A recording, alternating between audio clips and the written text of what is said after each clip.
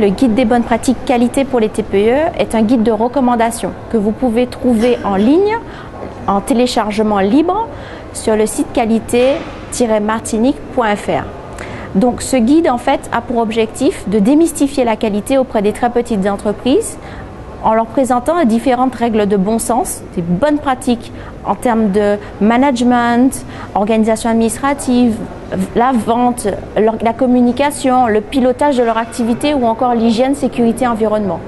Donc ce guide a été conçu avec nos partenaires. Il y a eu un comité de pilotage avec des consultants, des institutions socio-professionnelles, mais également des banques. Donc c'est un guide qui se veut consensuel sur la démarche qualité auprès des très petites entreprises. Puisqu'avant tout, la qualité, c'est quoi? Ce sont des règles de bon sens. Donc, à travers ce guide, on essaie d'inculquer des règles de bon sens auprès du chef d'entreprise. Le projet Diadème est plus spécifique. Par contre, c'est un projet qui s'adresse aux entreprises en développement. C'est un dispositif d'accompagnement au développement et à la modernisation des entreprises. C'est un projet financé par le Fonds social européen et le Conseil régional. Nous avons pour objectif d'accompagner une centaine d'entreprises en développement, en les formant, en mettant en place un accompagnement individualisé. Les axes forts de ce projet, c'est tout d'abord un diagnostic organisationnel et financier de l'entreprise. Grâce à ce diagnostic organisationnel et financier de l'entreprise, nous allons pouvoir proposer un plan d'action et ainsi le chef d'entreprise va être accompagné tout au long d'une année pour mettre en place ce plan d'action prioritaire. Aujourd'hui, nous avons vraiment un objectif de consolider les activités, d'améliorer la performance globale des entreprises. Depuis plusieurs années, nous rencontrons un management de crise. Entre la crise sociale de 2009, les nombreuses difficultés conjoncturelles que rencontrent nos entreprises, comment peuvent-elles survivre dans un marché aussi fluctuant?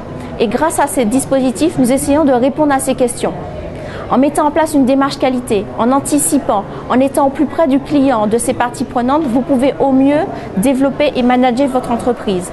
Aujourd'hui, les entreprises se disent, c'est bien de faire du chiffre, mais comment le pérenniser? Et grâce à ces projets, nous essayons de le pérenniser. On pourrait résumer la qualité dans une très petite entreprise, pas uniquement l'aspect satisfaction clientèle, mais véritablement comment gérer au mieux mon entreprise, comment gérer au mieux mon activité. Donc la qualité s'entend tant au niveau de mon pilotage de mon activité, le management de mes salariés, comment se rapprocher au mieux de mes fournisseurs, comment entretenir la relation avec mon banquier. Ce sont toutes des notions que des fois le chef d'entreprise n'a pas le temps de se poser et se dire voilà, comment intégrer mon entreprise au mieux dans son environnement et accroître sa performance. Plus on est près de son banquier, mieux on travaille. Plus on est près de son fournisseur, mieux on fonctionne, mieux on peut négocier ses marges. Donc c'est vraiment créer un climat de confiance. Ce climat de confiance, vous l'avez grâce à la qualité, donc forcément la performance suivra. L'ADEME œuvre pour une démarche concertée. Il faut savoir que ce projet, nous l'effectuons en partenariat avec l'ARACT Martinique, l'ARACT qui promeut la responsabilité sociétale des entreprises. Concrètement, c'est une démarche qui prend en compte les préoccupations sociales et environnementales autant qu'économiques. Donc nous ne pouvons imaginer un changement sans la concertation auprès des salariés.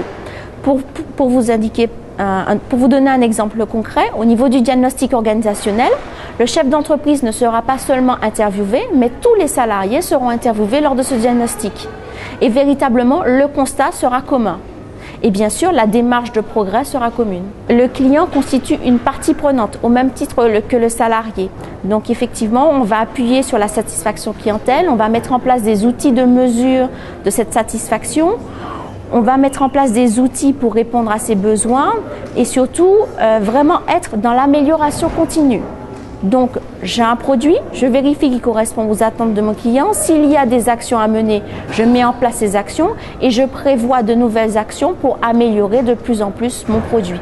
Donc, le client, certes, est au cœur de la qualité, mais aujourd'hui, on ne peut considérer qu'une entreprise ne vit uniquement que par son client. Une entreprise vit également grâce à sa relation avec ses autres parties prenantes. Ça peut être également l'État, n'est-ce pas? Ça peut être le fisc.